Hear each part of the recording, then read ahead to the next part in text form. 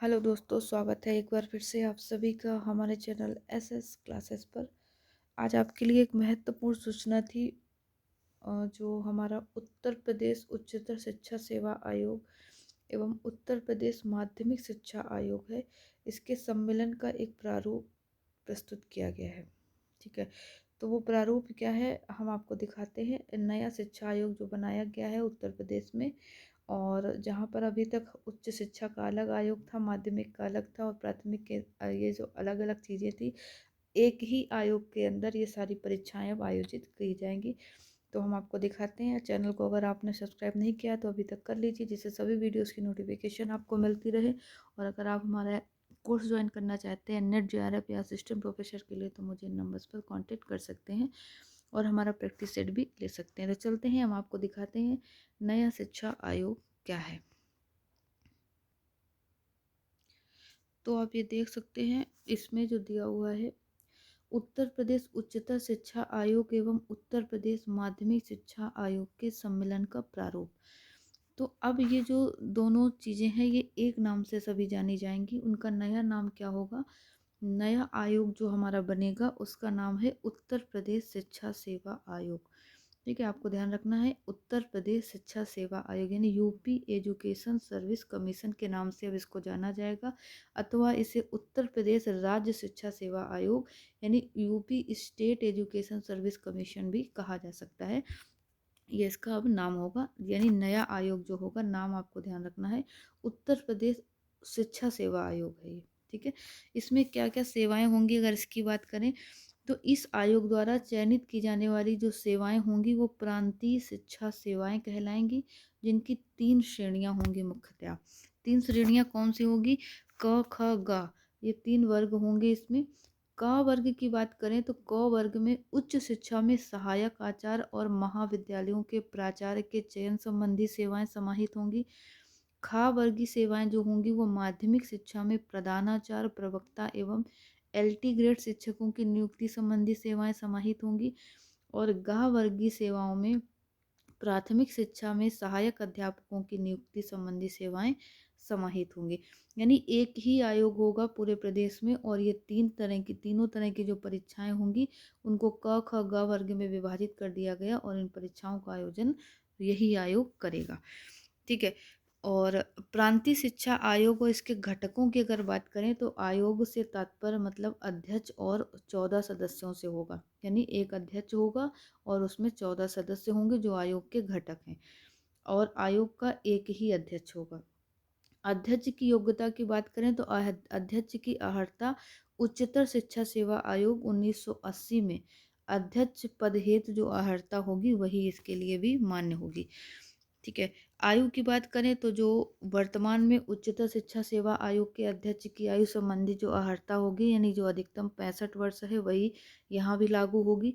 और योग्यता की, अध्यक्ष की योग्यता उच्चतर शिक्षा सेवा आयोग 1980 के तहत दी गई जो योग्यता है वो यहाँ भी मान्य होगी। और सदस्य की बात करें तो आयोग में 14 सदस्य होंगे, जिनमें 2 कोटि के क्रमशः 8 और 6 सदस्य होंगे। और क्रम संख्या 1 से 8 तक के सदस्यों की अर्हता का मानक जो होगा वो उच्चतर शिक्षा सेवा आयोग अधिनियम 1980 के तहत होगा, उसी से निर्धारित होगा। और इनकी आयु और कार्यकाल भत्तों का निर्धारण राज्य सरकार द्वारा उपरोक्त अधिनियम के आधार पर ही निर्धारित होगा।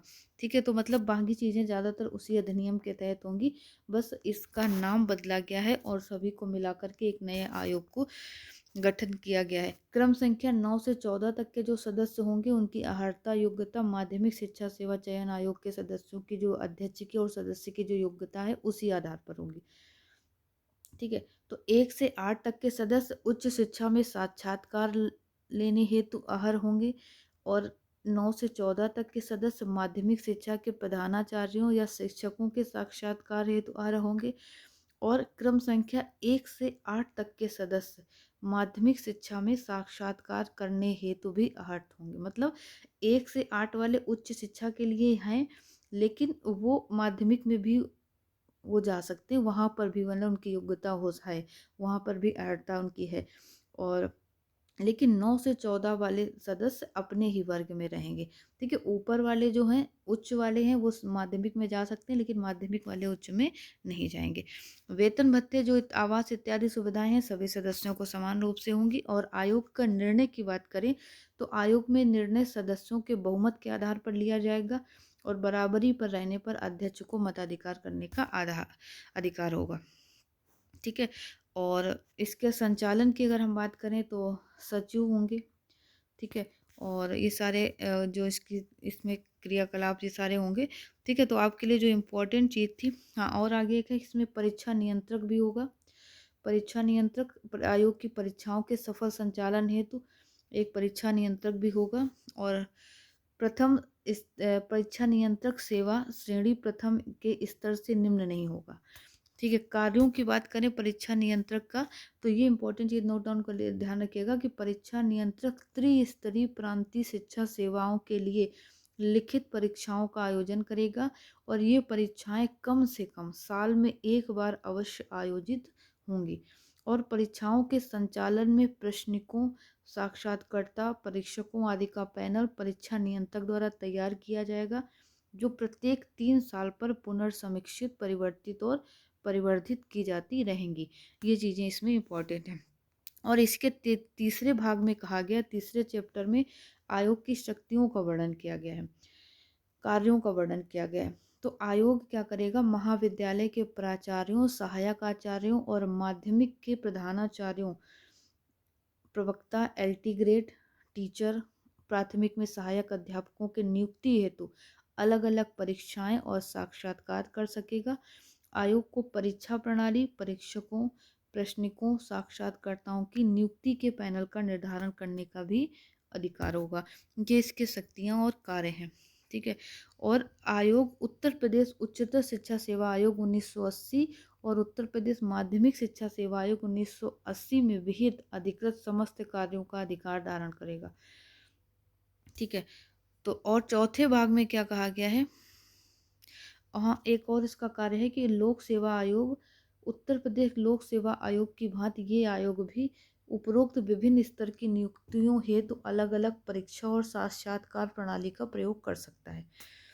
और चौथे में चैप्टर में कहा गया है कि नियुक्ति और प्रणाली किस तरह से करेंगे, परीक्षाओं की नियुक्तियां किस तरह होंगी, परीक्षाएं किस तरह आयोजित होंगी, इसका वर्णन है इसमें। तो इसमें कहा गया है कि जो क वर्गीय परीक्षाएं होंगी, जो असिस्टेंट प्रोफेसर जिसकी हम लोग अभी बात कर रहे हैं, हायर की जिसको हम कहते हैं, तो उच्च शिक्षा में सहायक आचार्य हेतु जो हमारा पहले का था कि संबंधित विषय में लिखित परीक्षा का आयोजन होगा, वस्तुनिष्ठ प्रकार की होगी, समान अंक ज्ञान 30 अंक और साक्षात्कार के लिए 70 अंक, इस विषय के लिए 70 अंक और साक्षात्कार के लिए 30 अंक होंगे। ठीक है, और इसी तरह आचार्य और महाविद्यालयों में प्राचार्य की नियुक्ति हेतु विश्वविद्यालय अनुदान आयोग द्वारा निर्धारित आचार्यों को नियुक्ति के मानक मान्य होंगे। और प्रशासनिक दक्षता, विधि व्यवस्थापन हेतु अंक निर्धारित होंगे। ठीक है, ये चीजें हैं। खा वर्ग के लिए क्या होगा, खा वर्गीय सेवाओं में संबंधित विषय में सामान्य ज्ञान की लिखित परीक्षा और साक्षात्कार हेतु निर्धारित अंक के अनुसार मेरिट का निर्धारण होगा। और ये अगर कहते हैं यही अभ्यर्थी अगर प्रशिक्षित स्नातक हैं तो एलटी ग्रेड की योग्यता धारण करते हैं तो उस पद के लिए भी लिखित परीक्षा होगी। ठीक है, और ग वर्ग की परीक्षाओं की अगर हम बात करें तो ग वर्ग में प्राथमिक शिक्षा में सहायक प्राध्यापकों की भर्ती हेतु साक्षात्कार नहीं होगा। इस परीक्षा में अभ्यर्थी के भाषा ज्ञान, शिक्षक अभिरुचि, समान अध्ययन पर लिखित परीक्षा होगी। केंद्र सरकार, राज्य सरकार द्वारा निर्धारित टीटी और सीटीईटी के प्राप्त अंकों के 1/4 अंक अभ्यर्थी के मेरिट का अंक निर्धारित करके उनका चयन किया जाएगा।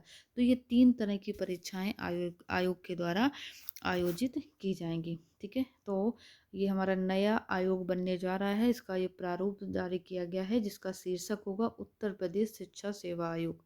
ठीक है, तो ये आपके लिए एक इम्पोर्टेंट सूचना थी, आप लोग को भी जानना जरूरी है क्योंकि हम उस आयोग से संबंधित हैं और हमारी परीक्षाएं भी ये आयोजित करता है, इसलिए आपके लिए जानना बहुत जरूरी थी। अगर जानकारी आपके लिए लाभकारी हो तो चैनल को सब्सक्राइब भी कर लीजिएगा, अधिक से अधिक शेयर भी कीजिए। मिलते हैं फिर एक नए वीडियो और टॉपिक के साथ। Thank you.